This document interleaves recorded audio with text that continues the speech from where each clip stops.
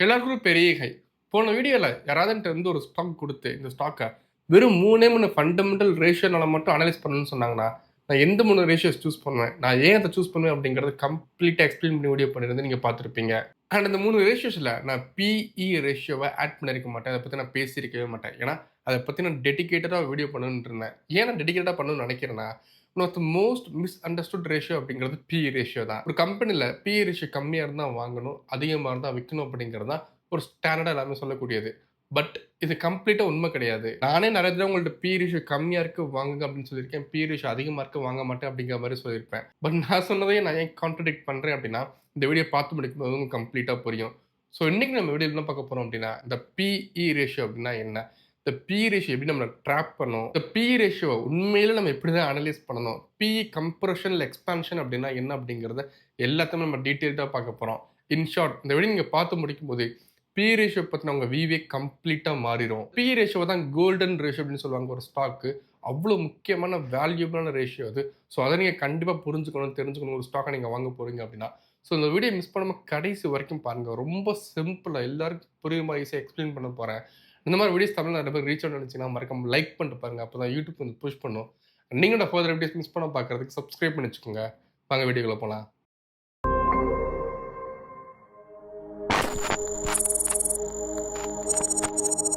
சரி first BE ratio அப்படின்னா என்ன? இங்கிலீஷ் டெஃபினிஷன் குடுக்க போறதில்ல. ஒரு முக்கிய எக்ஸாம்பிள் அனாலஜி மாரி சொல்றேன் கேளுங்க. இப்படி ஒரு கடையில இப்போ ஒரு சிப்ஸ் பாக்கெட் வாங்குறீங்க. ஒரு லேஸ் வாங்குறீங்கன்னு வச்சுப்போம். அந்த லேஸோட பிரைஸ் ரூ. 20. அந்த லேஸ் நீங்க வாங்கி ஓப்பன் பண்றீங்க. உள்ள வெறும் 10 சிப்ஸ் தான் இருக்கு. 10 சிப்ஸ் இருக்கிறதே இப்பலாம் அதிகம் இல்ல. சரி அத விடுங்க.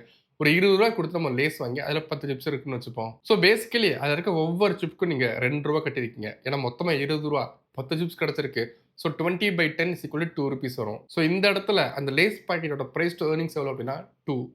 இத அப்படியே ஷேர் மார்க்கெட்ல கொண்டு வாங்க. அந்த சிப்ஸ் பாக்கெட்டோட பிரைஸ் ரூ. 20 இருக்குல்ல, அதான் ஒரு ஷேரோட பிரைஸ். ஸோ இந்த 10 சிப்ஸ் உங்களுக்கு கிடைச்சுச்சுல்ல, அதான் உங்களோட earnings. So price to earnings ratio formula என்ன அப்படின்னா, பிரைஸ் டிவைடட் பை ஏர்னிங்ஸ் தான். ஸோ 20/10 அப்படின்னு வந்துரும். இப்ப அப்படியே நீங்க பக்கத்து கடைக்கு போறீங்க. அதே 20 ரூபீஸ் குடுத்து ஒரு சிப்ஸ் பாக்கெட் வாங்குறீங்க. பட் இந்த தடவ நீங்க ஓப்பன் பண்ணதுக்கு அப்புறம் 10க்கு பதிலா 20 இருக்கு. ஸோ ஒவ்வொரு சிப்ஸோட விலை ரூ. 1 தான். ஸோ இங்க 20/20 நம்ம பண்ணோம் அப்படின்னா, பி ரேஷியோ 1 அப்படின்னு வரும். ஸோ 10 சிப்ஸ் கிடைச்சதுல பி ரேஷியோ 2 இருந்துச்சு. 20 சிப்ஸ் இருக்கிற இடத்துல பி ரேஷியோ 1. ஸோ இதனால தான் பிரைஸ் டு ஏர்னிங்ஸ் ரேஷியோ எந்த அளவுக்கு கம்மியா இருக்கோ, அந்த அளவுக்கு நல்லது அப்படின்னு சொல்லுவாங்க. நான் சொன்ன எக்ஸாம்பிள் அப்படின்னு ஸ்டாக் மார்க்கெட்ல அப்ளை பண்ணுங்களேன். ஒரு கம்பெனி பி ரேஷியோ 10 அப்படின்னு இருக்குன்னா, அந்த கம்பெனி ஏர்ன் பண்ற ஒவ்வொரு ரூபிக்கும் நீங்க 10 ரூபீஸ் எக்ஸ்ட்ரா குடுத்து அந்த ஷேர நீங்க வாங்குறீங்க. ஸோ இது 10 டைம்ஸா இருக்கும், 15 டைம்ஸா இருக்கும், 50 டைம்ஸா இருந்துகிட்டு இருக்கும், 100 டைம்ஸா இருந்துகிட்டு இருக்கும். இந்த மாரி பி ரேஷியோ ஒவ்வொரு செக்டருக்கு ஏத்த மாரி, ஒவ்வொரு கம்பெனிக்கு ஏத்த மாரி மாறிக்கிட்டே இருக்கும். இதுதான் அளவுகோல் அப்படிலாம் கிடையாது. நம்ம அனலைஸ் பண்றது எப்படி அப்படிங்கிறத இப்ப நான் போக போக சொல்றேன் உங்களுக்கு. ஃபார் எக்ஸாம்பிள் இப்ப எஃப்எம்சிஜி செக்டர் இருக்குல்ல, அதோட பி ரேஷியோ நீங்க ஆவரேஜா பார்த்தீங்கனாலே ஒரு 40 to 50 டைம்ஸ் இருந்துகிட்டு இருக்கும். விச் மீன்ஸ் அந்த கம்பெனி சம்பாதிக்கிற ஒவ்வொரு ரூபி ஏர்னிங்ஸ்க்கும் நீங்க 50 டைம்ஸ் அதிகமா பே பண்ணி அந்த ஷேர வாங்குறீங்க. டைரக்ட் எக்ஸாம்பிள் சொல்லணும் அப்படின்னா, இப்ப நம்ம HUL எடுத்துப்போம். ஹிந்துஸ்தான் யூனிலிவர் எடுத்துப்போம். இப்ப இதோட பிஇ ரேஷியோ நீங்க செக் பண்ணி பார்த்தீங்க அப்படின்னா 58 இருந்துகிட்டு இருக்கு. 58 விச் மீன்ஸ் கம்பெனி சம்பாதிக்கிற ஒவ்வொரு ரூபிக்கும் 58 டைம்ஸ் அதிகமா பே பண்ணி இந்த ஷேர நம்ம வாங்குறோம். ஸோ இதோட டைரக்ட் காம்படிட்டர் யார் அப்படின்னா நெஸ்லே. நெஸ்லே பார்ப்போம். ஸோ நெஸ்லே பிஇ பார்த்தீங்கன்னா 74 இருந்துகிட்டு இருக்கு. அதோட இன்னும் எக்ஸ்பென்சிவா இருந்துகிட்டு இருக்கு. ஸோ எஃப்எம்சிஜிக்கு பார்த்தீங்கன்னா பி ரேஷியோ கொஞ்சம் அதிகமா தான் இருந்துகிட்டு இருக்கும். ஆவரேஜாவே பி ரேஷியோ நம்ம பார்த்தோம் அப்படின்னா 63 இருந்துகிட்டு இருக்கு பாருங்க. ஸோ எஃப்எம்சிஜிக்கு பி ரேஷியோ அதிகமா தான் இருந்துகிட்டு இருக்கும். சரி பி ரேஷியோ இவ்வளோ அதிகமா இருக்கே, அப்புறம் ஏன் அந்த ஷேர வாங்கணும்னு கேட்டீங்கன்னா, இப்ப HUL நீங்க எடுத்துக்கிட்டீங்க அப்படின்னா, அவங்க ஷேர் கன்சிஸ்டன்ட்டா 13% CAGR குடுத்துக்கிட்டே இருக்கு ஒவ்வொரு வருஷமும். பி ரேஷியோ எல்லா வருஷமும் அதிகமா தான் இருந்துகிட்டு இருக்கு ஸ்டில். பட் அதுக்கு அது அதிகம் நம்ம எடுத்துக்க முடியாது. அந்த பிஇ ரேஷியோ அதிகமா இருக்கிறத அந்த கம்பெனி ஜஸ்டிஃபை பண்ணுது. ஸ்டெபிலிட்டினால, பிரைசிங் பவர்னால, கம்பெனியோட ஸ்டாண்டர்ட்னால, உங்க மார்க்கெட் லீடரா இருக்கிறதுனால இந்த மாரி நெறைய காரணங்களால அந்த கம்பெனி பி ரேஷியோ இல்ல செக்டர் பி ரேஷியோ அதிகமா இருந்துகிட்டு இருக்கும். ஏன்னா, கொரோனாவே வந்தப்ப கூட இந்த மாரி எஃப்எம்சி ஸ்டாக்லாம் பார்த்தீங்கன்னா, பெருசா கிராஷ் ஆகி கீழ விழல. ஏன்னா, இவங்க விக்கிறது ரொம்ப ரொம்ப எசென்ஷியலான ஒண்ணு. பேஸ்ட்டு, பிரஷ்ஷு, ஃபுட்டு, மேகி இந்த மாரி நம்ம டே டு டே வாங்கி தான் ஆகணும். பால் பாக்கெட் தினம் வாங்கி தான் ஆகணும். ஸோ இந்த மாரி ஷேர்ஸ்லாம் பார்த்தீங்க அப்டின்னா, கொஞ்சம் கெத்தா இருந்துகிட்டு இருப்பாங்கன்னு நம்ம புரிஞ்சுக்கலாம். ஸோ கெத்தா இருக்காங்கன்னா, பி ரேஷியோ கொஞ்சம் அதிகமா கேட்பாங்கல்ல, அந்த மாரி தான். பட் ஜெனரலா நீங்க Googleல போய் பார்த்தீங்க அப்டின்னா, பிஇ ரேஷியோ நான் அப்படியே சர்ச் பண்றேனே உங்களுக்கு. What is good BE ratio? சரி பாருங்க, ரெஃபர் 20 டூ 25 ஆவரேஜ் அப்படின்னு இருந்துகிட்டு இருக்கு. ஸோ நீங்க யார்ட்ட கேட்டாலும் 20 25 அப்படிங்கிற மாரி தான் சொல்லுவாங்க. பட் அப்படி ஒர்க் ஆகாது. செக்டருக்கு ஏத்த மாரி பயங்கரமா வரும். ஸோ எஃப்எம்சிஜி மாரி ரொம்ப ஸ்ட்ராங்கான பேஸ் இருக்க கம்பெனிக்கு, மோட்மர் கம்பெனிஸ்க்குலாம் பி ரேஷியோ அதிகமா தான் இருக்கும். ஸோ வேற ஒரு செக்டர் நம்ம பார்க்கலாம் அப்படின்னா, நம்ம ஐடி கம்பெனிஸ் பார்க்கலாம். இப்ப நான் இன்ஃபி எடுத்துக்கிறேன். இப்ப இன்ஃபோசிஸ் பிஇ ரேஷியோ பார்த்தீங்க அப்படின்னா 22.7 இருந்துகிட்டு இருக்கு. உங்க காம்படிட்டர்ஸோட பி ரேஷியோ பாருங்க. டிசிஎஸ்ஸும் 22 தான். ஹெச்எல் டெக்கும் 23 தான். விப்ரோ 19. ஸோ இங்க எல்லாரும் பி ரேஷியோ பாருங்க. 20-30 இந்த ரேஞ்சில இருந்துகிட்டு இருக்கு. ஆல்மோஸ்ட் ஒரே மாரி இருந்துகிட்டு இருக்கு. ஏன்னா ஆல்மோஸ்ட் எல்லாமே ஒரே மாரி கம்பெனிஸ். ஸோ டெக் பேஸ்டு கம்பெனிஸ்லாம் பி ரேஷியோ 20-30 இருந்துகிட்டு இருக்கும். அதுல எக்ஸ்பென்சிவ் சைட்லாம் கிடையாது. இன்னொரு எக்ஸாம்பிள் நான் சொல்லணும் அப்படின்னா, நம்ம அசெட் ஹெவி கம்பெனிஸ் பார்ப்போம். ஐடி கம்பெனிஸ்லாம் பார்த்தீங்கன்னா, asset light companies. Which means உங்களுக்கு பெருசா கடன்லாம் தேவைப்படாது. அவங்க செலவு பண்ற ஒரே விஷயமே கம்பெனில ஒர்க் பண்ற எம்ப்ளாயீஸ் தான். அப்புறம் பெருசா சொத்து இருக்கணும். பெருசா ஒரு கேபிட்டல் இன்வெஸ்ட்மென்ட் இருக்கணும் அப்படிலாம் தேவையில்ல. ஒரு ஆஃபீஸு, கம்ப்யூட்டர்ஸ் இருந்தா எம்ப்ளாயீஸ் இருந்தா போதும். உங்க கம்பெனிய ரன் பண்ணிறலாம். ஸோ இதெல்லாம் asset light companies. Asset heavy போனோம் அப்படின்னா, அங்க மேட்டரே வேற. இப்ப நான் டாடா ஸ்டீல் எடுத்துக்கிறேனே. 41.4 அப்படின்னு இருந்துகிட்டு இருக்கு. காம்படிட்டர்ஸ் நம்ம பார்ப்போம். ஜேஎஸ்டபிள்யூ ஸ்டீல் 50 பி ரேஷியோன்னு இருந்துகிட்டு இருக்கு. பட் மீடியன் பி பாருங்க 24 இருந்துகிட்டு இருக்கு.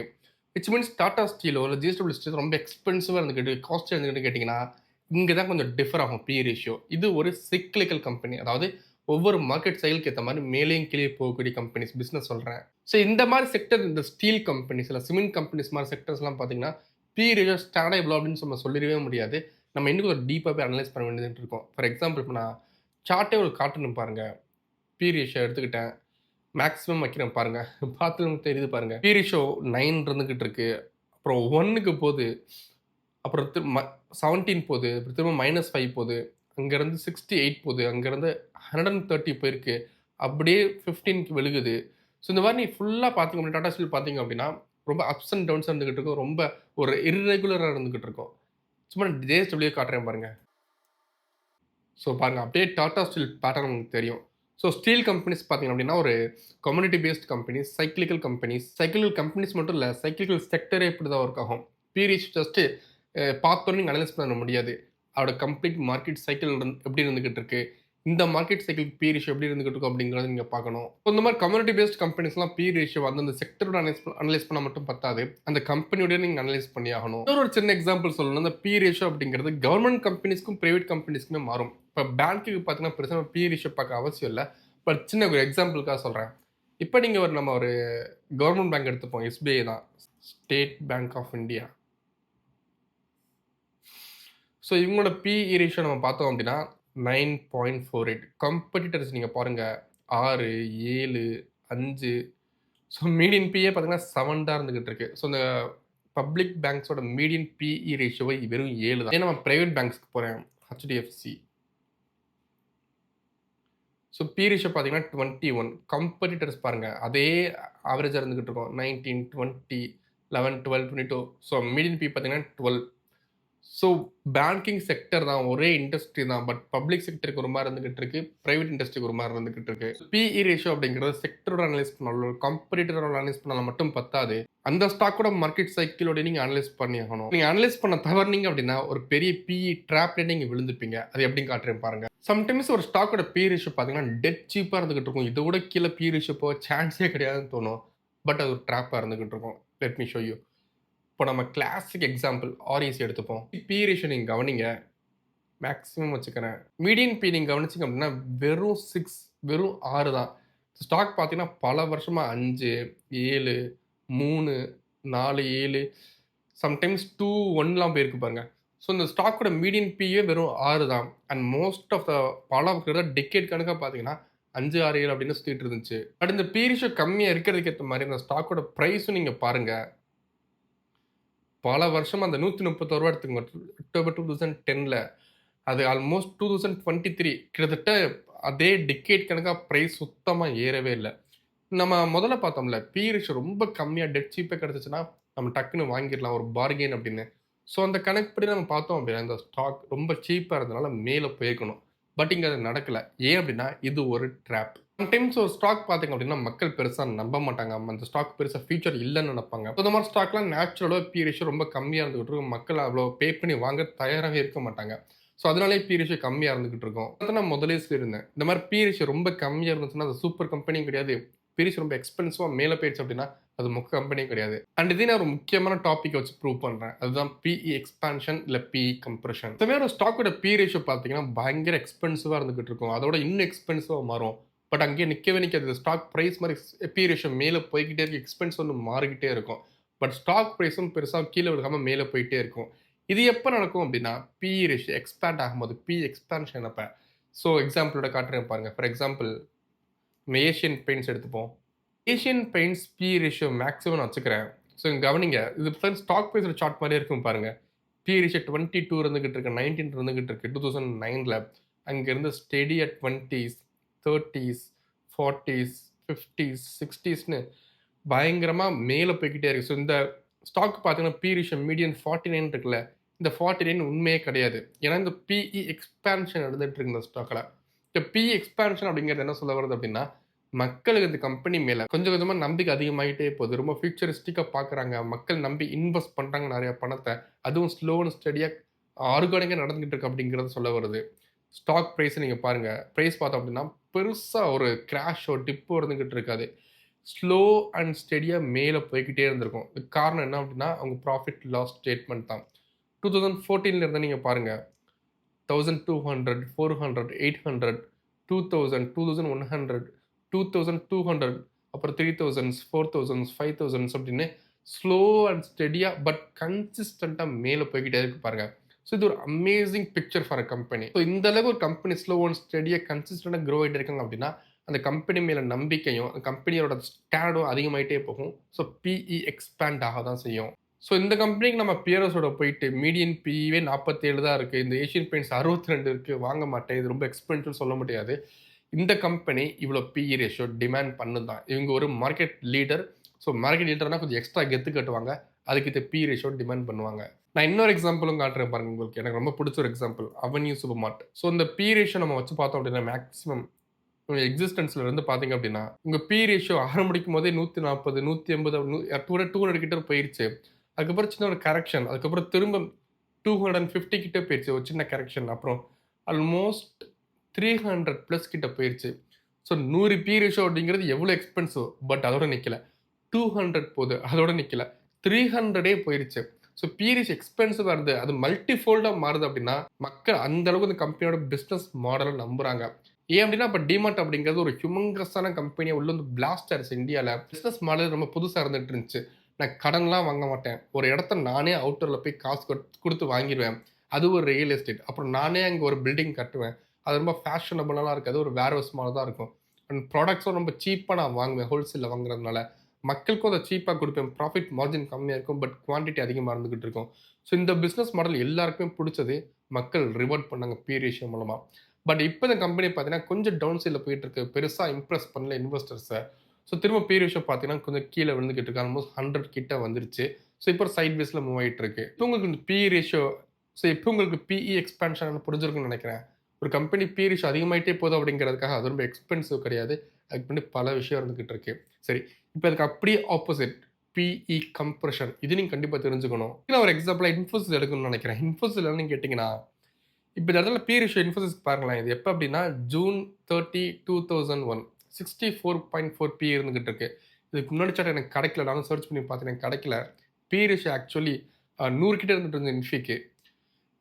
நான் முதல்ல உங்களுக்கு சொல்லியிருந்தேன். இப்ப இன்ஃபியோட பி ரேஷியோ நீங்க முதல்ல காட்டியிருந்தோம் என்ன இருந்துச்சு அப்டின்னா, ஆல்மோஸ்ட் 22 தான். ஸோ இதுதான் ஒரு ஐடி கம்பெனியோட ஆவரேஜ் பிஇ. பட் இதெல்லாம் பி ரேஷியோ நான் சொன்ன மாரி பார்த்தீங்கன்னா, சாரி இங்க தான் 60, 70 இருந்துகிட்டு இருக்கு. பட் ஆல்மோஸ்ட் 100 கிட்ட இருந்துட்டு இருந்தது. எப்ப அப்டின்னா, டாட் காம் பபிள் அப்ப. டாட் காம் பபிள் உங்களுக்கு தெரிஞ்சிருக்கும்னு நெனைக்கிறேன். டெக் இண்டஸ்ட்ரி பார்த்தீங்க அப்டின்னா, அந்த டாட் காம் வந்ததுக்கு அப்புறம் பயங்கரமா பூம் ஆச்சு.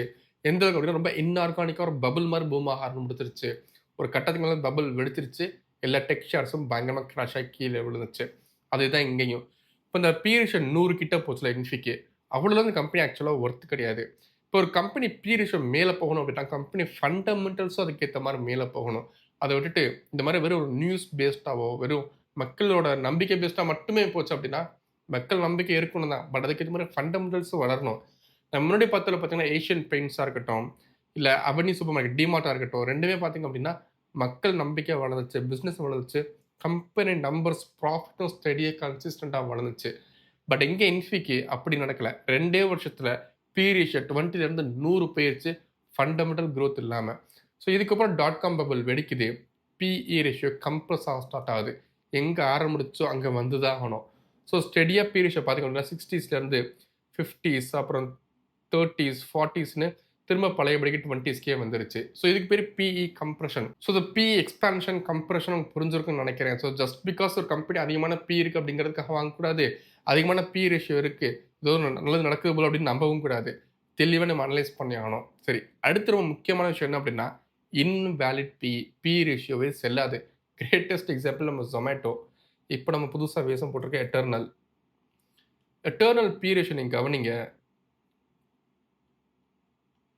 ஓகே. ஃபர்ஸ்ட்டு உங்க ப்ராஃபிட் சம்பாரிக்கலாம். ஸோ பி ரேஷியோ இருக்காது. இப்ப பி ரேஷியோ இருக்காது. ஸோ நம்ம சார்ட்ல போய் பார்த்தோம் அப்படின்னா, ஆரம்பிக்கும் போதே 480.